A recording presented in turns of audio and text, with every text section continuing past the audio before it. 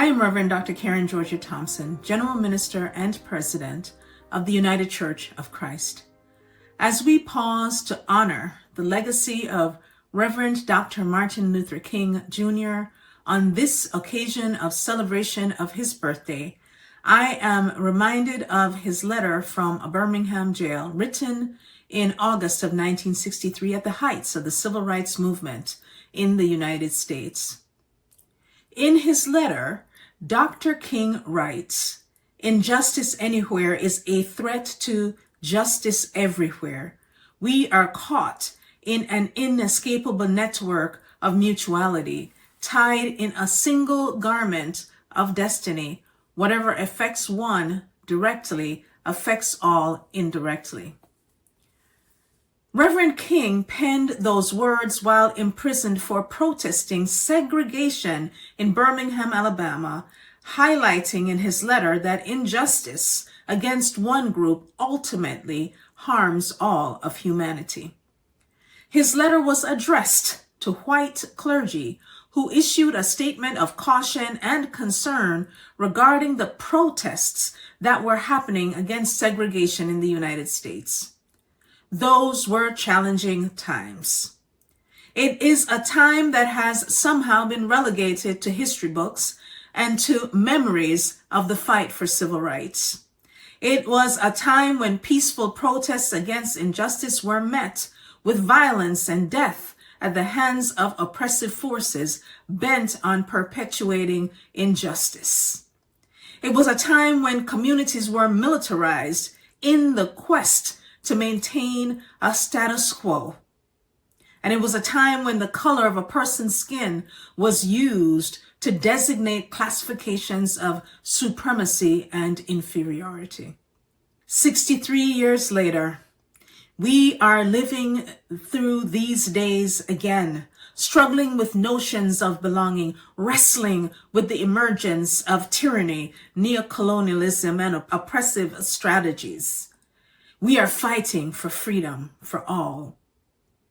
We are living in a time of daily injustices under the current administration of the United States, but it's also injustice that's being experienced and witnesses in our global community.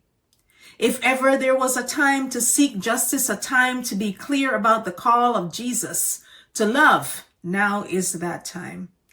As Dr. King wrote, every step toward the goal of justice requires struggle, the tireless exertions and passionate concern of dedicated individuals. There is no time for apathy or complacency. Then as now we march, then as now we are participants in the struggle for freedom from tyranny, oppression, and evil. Then as now we are at a place where there is no time for apathy or complacency.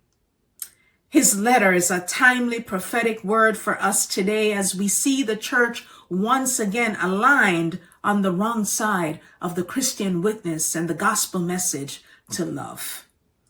Reverend King's letter is a call to the church today, a call for the church to witness and to act, a call for the church to deny and decry the status quo that hankers for a return to feigned days of greatness and glory for these United States. We cannot sit idly by and watch what is happening in our nation's cities and towns.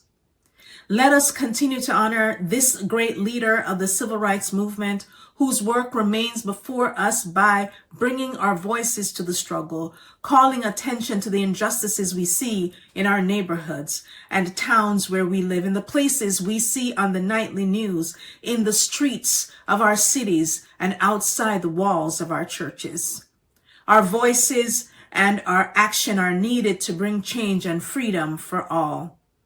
Dr. King envisioned a world with freedom and justice for all. Let us together continue to pray and to work to make real a just world for all, remembering his call to love. Love is the only force capable of transforming an enemy into a friend. This Martin Luther King Day is a time for celebration and hope. It is also a time to seek justice and to follow Jesus, who said, "Love your neighbor as yourself." And it is a time to remember how far we have come and how far we have yet to go. We who believe in freedom cannot rest. We who believe in freedom cannot rest until it comes.